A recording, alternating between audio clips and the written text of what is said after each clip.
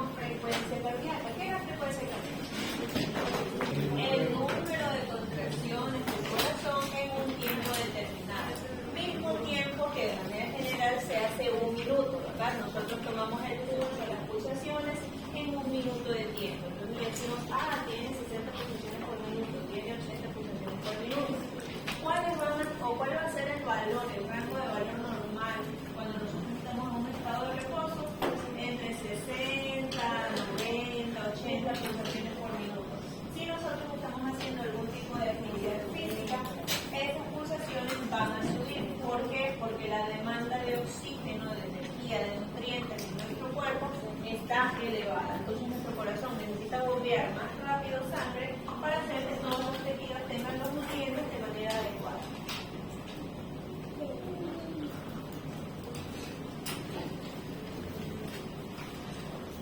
También habíamos visto gasto cardíaco, que era el volumen de sangre eyectado del corazón, que iba a ser entre 60 y 90 mililitros.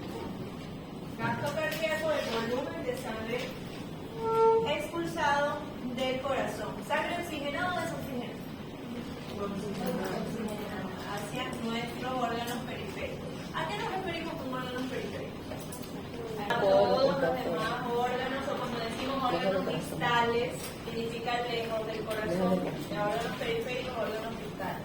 La hipertensión iba a ser ya una alteración en los valores de presión arterial en más de una ocasión, y nosotros vamos a tener una tabla de valores de presión arterial que nos van a permitir catalogar a un paciente como una hipertensión leve, una tensión arterial elevada pero sin ser una patología, o una hipertensión grave, porque nosotros tenemos que tener cuidado como odontólogos con la presión arterial, porque si nosotros tratamos un paciente, entonces, ¿por qué voy a tener cuidado? Porque si yo atiendo un paciente que es hipertenso, no es controlado, ¿qué quiere decir? Muchas personas, especialmente las personas ancianas, se vuelven o nos volvemos tercos con la edad. Entonces no toman sus medicamentos, no se cuidan, se les dice que tienen que tener una dieta baja en sal y le ponen más. Entonces, este tipo de pacientes que tienen su hipertensión, no toman pastillas y no se cuidan, al momento de nosotros utilizar un anestésico en vasoconstricción, que es lo ideal para trabajar, porque la vasoconstricción lo que hace es cerrar, comprimir momentáneamente los vasos sanguíneos, haciendo que no llegue sangre de manera adecuada a la zona en la que voy a trabajar. ¿A mí por qué me facilita eso? Yo puedo trabajar, hacer una cirugía, no tengo sangrado, tengo un anestésico bueno, pero si yo estoy comprimiendo vasos, arterias, todo el paquete bajo el nervioso de la zona, va a hacer que la presión aumente, porque la sangre va a querer igual pasar por ahí y esa presión va a elevarse en la zona. Si el paciente de por sí ya tiene una presión elevada y no se cuida nunca, y yo le estoy poniendo otro tubo, esto también va asociado a las técnicas de anestesia. Si yo no sé anatomía, porque ahí ustedes tienen que anestesiar. Si ustedes no saben de anatomía y están anestesiando ahí a los ciegos, van a poner muchos cartuchos. Y esa cantidad exagerada de vasoconstricción puede hacer que el paciente tenga algún tipo de taquicardia, porque ya tiene su enfermedad sistémica de base. Ahora, chicos, en cuanto a ciclo cardíaco, nosotros vamos a tener que de manera general se divide en dos: en contracción y relajación, siendo la sístole para la contracción y la diástole para la relajación. ¿Cuánto va a durar? Este va a estar directamente proporcional a nuestro latido por minuto. Si nosotros tenemos 60 latidos en un minuto, ¿cuántos segundos tiene un minuto? 60. Y yo tengo 60 latidos por minuto. Por lo tanto, un segundo por cada ciclo, por cada pum. Sin embargo, si yo en esa misma unidad de tiempo, es decir, en 60 segundos o un minuto, estoy trotando, voy a ir a correr una maratón, etc., y mis pulsaciones suben a 130, 140, 170, ¿qué va a ocurrir ahí? Ese mismo ciclo va a verse reducido, porque no es que yo esté, ya sí tengo 170 pulsaciones, pero tengo 3 minutos para que se den esas. No, en la misma unidad de tiempo sube el número de pulsaciones o de frecuencia cardíaca y mi ciclo se hace más corto. El corazón en la misma unidad de tiempo trabaja mucho más rápido. ¿Ya? Esa va a ser la relación que nosotros tenemos con frecuencia cardíaca. A mayor frecuencia cardíaca, menor la duración del ciclo cardíaco. Y ahora, si nosotros especificamos un poquito en qué se va a dividir la sístole y la diástole, vemos que diástole vamos a tener un llenado ventricular rápido, un llenado ventricular lento y una sístole auricular. Mientras que para el periodo de sístole como tal, vamos a tener contracción isovolumétrica, eyección rápida, eyección lenta, que se los puede catalogar simplemente como eyección ventricular, y finalmente una relajación isovolumétrica. Esto lo vamos a ver con el esquema que ustedes hicieron de ciclo cardíaco, ¿ya? Pero más o menos estas van a ser las etapas. Entonces, si yo tengo 170 pulsaciones por minuto, mi ciclo cardíaco va a ser más corto o más largo? Más corto. Porque si suben las pulsaciones, disminuye el tiempo que tiene el corazón entre latido y latido. Por eso es que nosotros cuando estamos haciendo algún tipo de ejercicio que nos demanda bastante esfuerzo, sentimos ese bombeo al corazón. Normalmente no estamos conscientes de este corazón funcionando. A menos que, claro, te ponga la mano y dices, así está latiendo. Pero en cambio, cuando nosotros estamos haciendo ese tipo de actividad, en todo el cuerpo sentimos el latido del corazón. Como les mencionaba, a mayor frecuencia cardíaca disminuye el tiempo del ciclo. Todas estas etapas que vimos, que la sístole, que el llenado, que la contracción, que la eyección, se va a dar en un periodo más corto. A la larga, ¿qué me puede ocasionar esto? ¿Qué pasa cuando una máquina yo la sobrecaliento, yo la hago trabajar mucho? Puede, como que, pararse un poco. Ojo, no estoy diciendo que nunca van a hacer ejercicio, nunca van a hacer nada porque el corazón se les va a parar, no. Pero podría ser una combinación de alguna cosa subyacente que tengamos ahí. Uno nunca sabe si tiene algún defecto congénito, porque si no ha dado ningún tipo de sintomatología, yo puedo tener una pared del corazón un poquito más delgada y no lo sé, porque está funcionando bien. Si nosotros sobreesforzamos nuestro músculo sin tener la preparación adecuada, porque el músculo, por su calidad de músculo, también se entrena. Si yo aquí, de aquí a mañana, digo, no, yo estoy bien, soy joven todavía, no voy a correr media maratón. ¿Qué me puede pasar? Mi corazón podría, puedo desmayarme o incluso puede haber una parada cardiopulmonar. ¿Por qué? Porque yo estoy sobreesforzando mi corazón. Estoy haciendo que lata muy rápido y esos ciclos se disminuyen mucho. Pero si yo tengo de hábito hacer este tipo de actividades, poco a poco el corazón se acostumbra a trabajar. Y por eso es que, por ejemplo, un deportista ya sea nadador, atleta, ciclista, etcétera, sus pulsaciones ya no suben tanto como una persona normal. Ellos se acostumbran tanto a este estilo de vida, tienen una alimentación buena, tienen controles médicos cada cierto tiempo, que sus pulsaciones se mantienen bajas incluso en actividad física. Si nos ponemos ejemplo, un atleta, X persona, y yo, que yo no hago deporte así tanto que digamos, si yo me pongo a correr, trotar, etcétera, mis pulsaciones llegan hasta 175. Ya lo máximo que les he registrado, hasta 175. Sin embargo, en esas personas podrían llegar a los 90, 100. ¿Por qué? Porque ya es un hábito, es una costumbre y el músculo se ha entrenado para todo.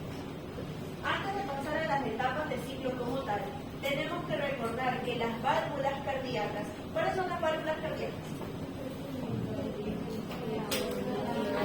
Mitral, tricúspide, pulmonar y aórtica. ¿Dónde está la tricúspide?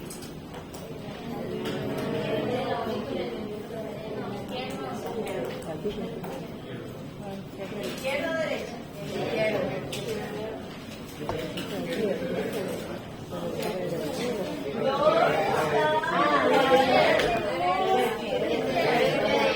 ¿Dónde estaba la tricúspide? Derecha. Verán que el corazón va para lección o para examen. Ya deberían saber, lo hicimos como 3 meses. Entonces, las válvulas se van a abrir por presión. ¿Qué quiere decir esto? Que no van a necesitar energía. Recordemos los tipos de transporte celular, ¿verdad? Cuando no había gasto de energía, no hay gasto de ATP, no le supone un esfuerzo a la célula. Acá las válvulas, como son membranas, se van a abrir cuando la cámara superior, en este caso la aurícula, se llene. Una vez que se alcanza una presión determinada, la válvula se abre. Se comienza a llenar el ventrículo, automáticamente se va a cerrar y asimismo cuando la presión suba se va a abrir la válvula pulmonar. Cuando nosotros tenemos el cierre y la apertura de las válvulas vamos a escuchar ruidos, pero bueno, esto ya lo escuchan los médicos como tal. Aquí lo hemos puesto más que nada por el consejo.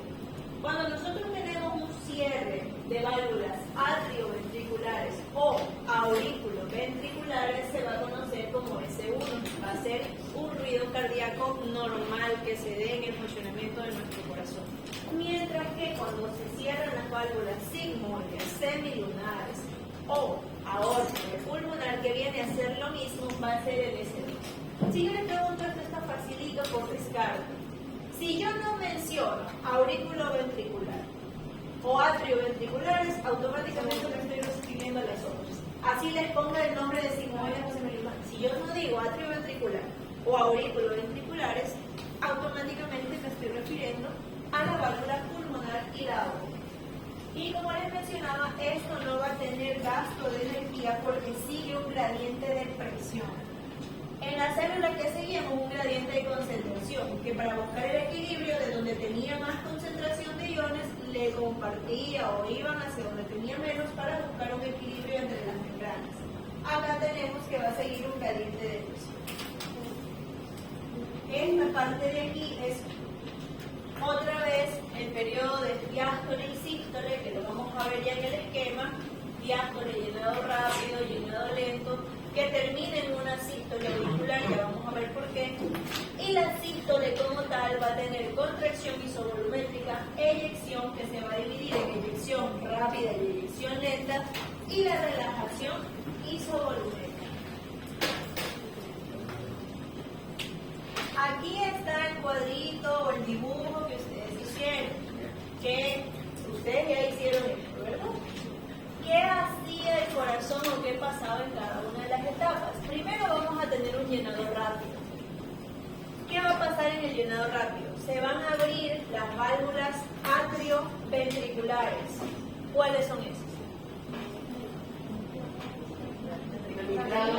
La mitral y la tricúspide. Atrioventriculares o auriculoventriculares. No se confundan por el nombre, es lo mismo. Se abren estas válvulas y comienza un llenado rápido en primera instancia o la primera etapa. A este llenado rápido, los ventrículos se van a llenar hasta un 70% en esta primera apertura. Luego se conoce un llenado lento. Estos van de la mano, simplemente es el esquema que lo ha clasificado así.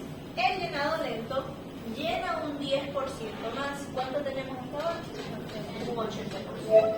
Y finaliza con una sístole auricular. Una ligera contracción de las aurículas que termina de llenar ese 20% faltante. Entonces ya tenemos los ventrículos llenos. Una vez que están llenos, nosotros vamos a tener una contracción isovolumétrica. Va a prepararse, va a contraerse el corazón con la finalidad de ¿qué? De expulsar o de eyectar el ventrículo correspondiente. ¿Este ventrículo cuál es? ¿Qué va a expulsar? Desoxigenada a través de la arteria pulmonar, seguro. Ustedes ya lo repasaron, de la arteria pulmonar. Mientras que el ventrículo izquierdo va a expulsar sangre oxigenada a través de la aorta hacia todo el cuerpo. Si bien nosotros habíamos hecho el paso a paso para que se les grabe en la memoria cómo iba a ser la circulación dentro de las cámaras, son fenómenos que se van a dar a la par. ¿Qué significa esto? Nosotros habíamos dicho, la sangre llega a la aurícula derecha, pasa acá, luego se va, regresa. Estos dos fenómenos van a pasar a la par. Mientras el ventrículo derecho se está llenando de sangre desoxigenada, a su vez el ventrículo izquierdo se está llenando de sangre oxigenada. para cuando ambos estén llenos, expulsan la sangre que les corresponde al mismo tiempo.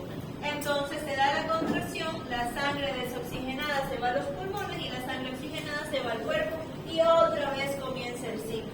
Porque las aurículas se van a estar llenando de sangre nuevamente. No es que, uy, no, espérate, para un ratito, no, es constantemente. El corazón nunca se queda totalmente vacío. Ya siempre va a tener sangre en alguna de sus capas. Nuevamente, ¿qué pasaba primero?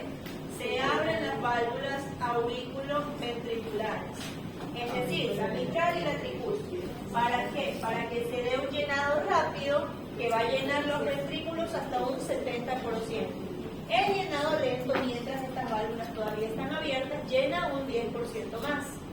La sístole auricular, que va a ser la contracción de las cámaras superiores o de las aurículas, llena o completa el 100% de la capacidad ventricular. Luego se da una contracción isovolumétrica. Esta contracción isovolumétrica se va a dar cuando todas las válvulas están cerradas, porque es como que la presión que se está formando para finalmente hacer la eyección.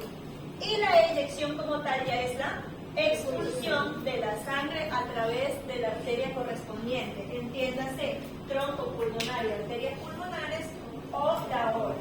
¿Sí? ¿Entendieron, chicos? Sí. Está facilito, ¿verdad? Y nosotros vamos a tener la regulación de la función cardíaca. En esto no vamos a ahondar mucho, simplemente vamos a ver los nombres de cómo se regula la función cardíaca y qué hace nuestro sistema simpático y parasimpático. Más allá de eso, no nos vamos a complicar con la regulación cardíaca del corazón. Dentro de la autorregulación, nosotros vamos a tener el retorno venoso o la ley de Frank-Starling y el estiramiento de la aurícula derecha. Dos fenómenos propios del corazón que hacen que éste se adapte a los volúmenes de sangre con el que está funcionando y en el estiramiento de la aurícula derecha por lo mismo, por tratar de acoplarse al volumen sanguíneo que está teniendo. Ya cuando nosotros tenemos un flujo deficiente, estos dos mecanismos propios del músculo del corazón van a tratar de regular la función. En la regulación autónoma vamos a tener influencia del sistema simpático y el parasimpático. ¿Qué va a ser el sistema simpático? El sistema simpático es nuestra señal de alerta. ¿Qué pasa? Yo siempre les menciono, ¿qué pasa cuando estamos asustados, en situación de riesgo, con ansiedad? Todo se acelera. Aumenta la frecuencia cardíaca, aumenta la presión arterial, aumenta la frecuencia respiratoria y se dilatan las pupilas. ¿Por qué? Porque yo estoy segregando adrenalina por todo mi cuerpo, preparándome para combatir, para huir, para esconderme, para reaccionar. Y esto a su vez, obviamente, mi corazón va a estar bombeando sangre porque puede que yo necesite reaccionar ante una situación que yo perciba como riesgosa. Mientras que el sistema parasimpático, vamos a tener que es todo lo contrario. El sistema parasimpático hace que nuestra frecuencia respiratoria disminuya, nuestras pulsaciones disminuyan. ¿Cuándo se va a dar esto? Por ejemplo, cuando nosotros estamos disminuyendo comida. Ahí nuestro sistema parasimpático está actuando, nosotros estamos relajados, nuestro corazón bombeando a unos 60, 70 pulsaciones por minuto, relaja los músculos y el tamaño de la pupila se reduce a su nivel normal. Y también el último tipo de regulación que nosotros vamos a tener en el corazón son los efectos de ciertos iones que los habíamos visto en la tablita anterior. El potasio, el sodio y el calcio. Esta tabla de aquí, chicos, sí se la tienen que saber. Esta es la tablita de presión arterial. Nosotros vamos a tener que nuestra presión o tensión ideal va a ser 120/80. Sin embargo, si una persona tiene de 120 hasta 139 para sistólica y hasta 89 para diastólica, está dentro de los límites normales. Un poquito elevado, pero dentro de los límites normales. Ahora, si una persona ya tiene 140 a 159 como sistólica, va a catalogarse como hipertensión leve. La moderada vamos a tener de 160 hasta 179 parasistólica, mientras que la severa igual o mayor a 180. ¿Ya? Esos van a ser los valores que nosotros tenemos en los diferentes tipos de presión. ¿Cómo se los podría preguntar? No necesariamente le voy a decir, escríbanme el valor de la hipertensión leve. No. Puede ser que les ponga manera de caso clínico. Paciente llega a la consulta, en una primera toma de presión arterial arroja 140-100. En una segunda toma de presión arterial, una vez que el paciente ya está en el consultorio unos 20 minutos, relajadito viendo televisión hasta que uno lo llama, tiene una presión de 139-89, supongamos. Y en una tercera toma de presión, el paciente tiene 120-80. ¿Qué significa eso?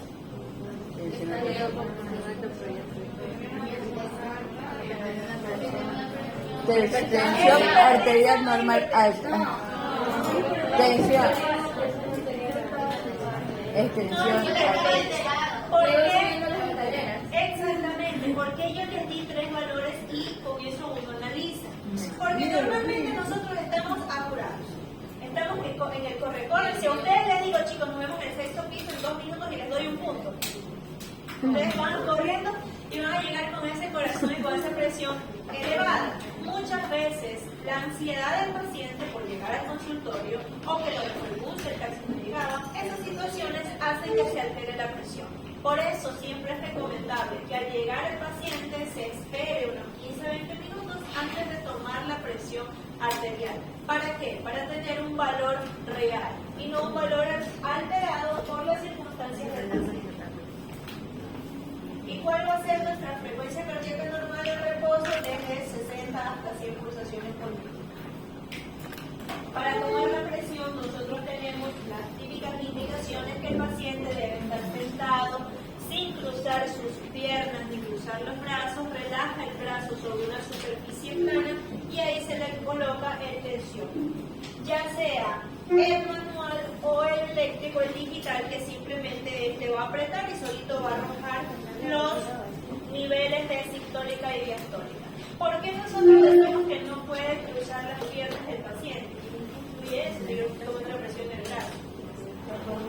Nosotros somos una red que se conecta a lo largo de todo nuestro cuerpo. Si yo cojo y cruzo mi pierna sobre la otra, el peso de mi pierna izquierda, en este caso, está ejerciendo una presión en la pierna derecha. Entonces la presión va a alterarse un poquito. Por eso se recomienda las piernas sin cruzar, en un estado relajado, bien sentado, para poder hacer la toma de presión arterial.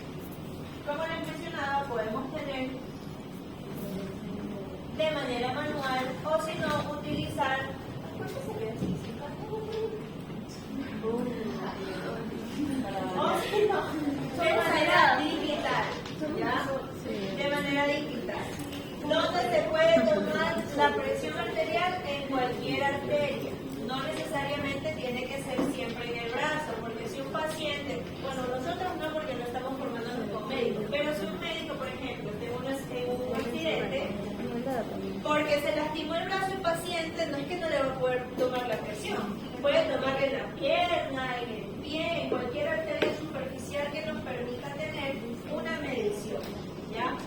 Aquí tenemos algunos ejemplos de que esta presión arterial se puede tomar en distintos sitios. Claro que si al estar hablando de un accidente, esta presión lógicamente va a estar alterada por diferentes circunstancias, ya sea por un aplastamiento del miembro, porque se ha hecho una fractura, pérdida de sangre, etc.